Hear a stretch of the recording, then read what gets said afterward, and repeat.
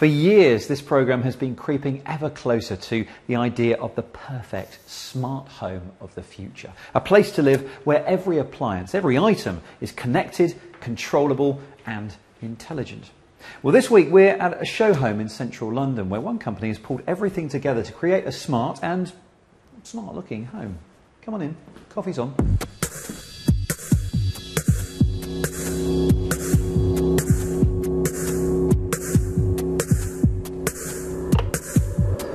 Now this isn't your run-of-the-mill kit, this is all top-of-the-range stuff, and the place doesn't even look that smart. That's because everything is hidden away, including your controller, which of course is a tablet.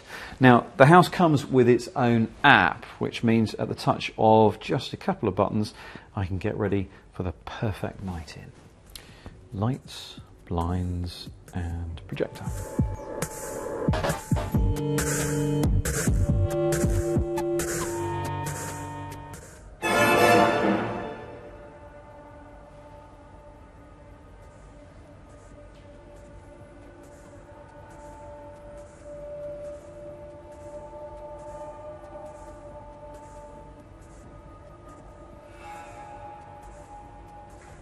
Now actually you can control anything from anywhere just by touching the room on the floor plan on the app, which means you can do anything from set the temperature to make yourself a cup of coffee.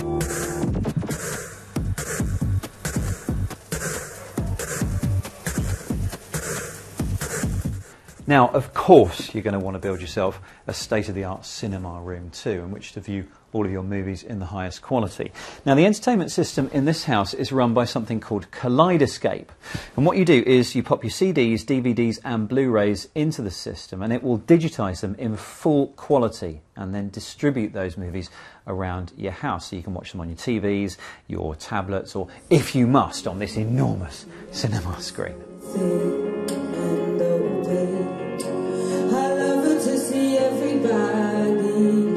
Now the interface you get is bespoke too, and you can see as I navigate around the movies here, you can see it looks pretty good.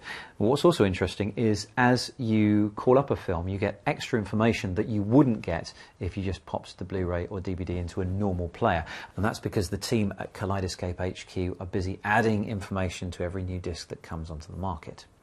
But there is a quirk to this system that is perhaps a sign of the times that we're moving into.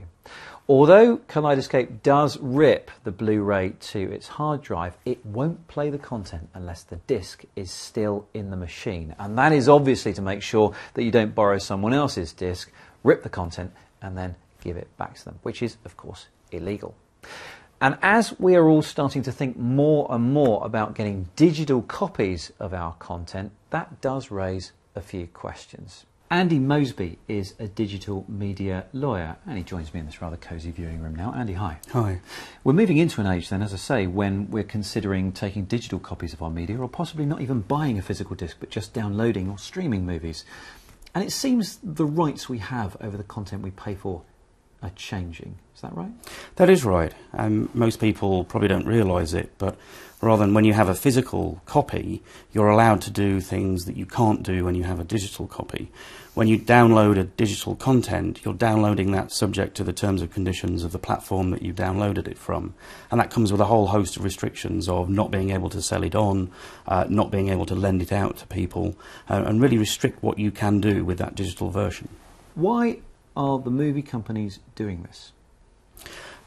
Partly because they are concerned, particularly with films, that if they enable people to have digital versions that they can spread just as they could a DVD, it's very easy to rip that to their hard drive and make that available to thousands of people worldwide. But of course it is incredibly easy to rip a Blu-ray as well. If you go to many pirate sites, you will find Blu-ray rips as well as DVD rips. So for the average person, it is more difficult, and that's one of the challenges that digital rights management is facing, is that it might not do what it set out to do, which is stop piracy.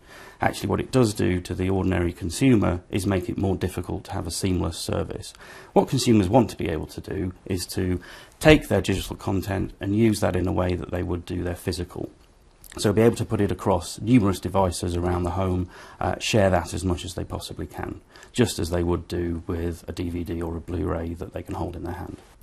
The movie industry, I guess, are attempting to solve this by giving you an option to download a digital copy of a movie when you buy a Blu-ray, a system called Ultraviolet, aren't they?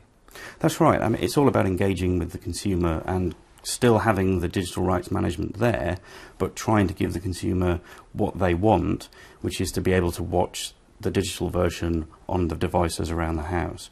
And Ultraviolet, the way in which that works is you're given a code, so you go online, once you've bought your Blu-ray, type in the code, you get to have access to the digital version at the same time. So it's a good step in the right direction towards good digital rights management. If you do have a Blu-ray disc, is it legal to rip the content to your own server, your own hard drive, for your own personal use? Technically, no, you'd be in breach of copyright for doing that. Now, the government have looked at this, and so the law is changing, and they've proposed some new legislation that they hope will come into effect in October that says that if you own a physical copy, you can take a digital copy of that physical media, and as long as it's for your personal use, that's fine. You can put that onto a range of different devices. But that will only apply to digital content that doesn't have DRM or some sort of copy protection attached to it. So basically you're talking about making it legal to rip CDs because DVDs and Blu-ray have copy protection. So the law is basically only coming up to date with what a lot of people have done anyway, which is rip their own personal music collections to their music players. The difficulty is that technology advances far quicker than the law ever will. And so the law is generally playing catch-up to technology. But what that means is that it's open to businesses to look at the technology and see if there's a way to get round DRM or make better DRM that gives the consumer a better experience, and then you won't have to rely on the law. The law is there and says these are the things that you can do without the consent of the person that holds the rights. But if the person that holds the rights gives you the consent to make it available to other people or to copy it, then you can do that.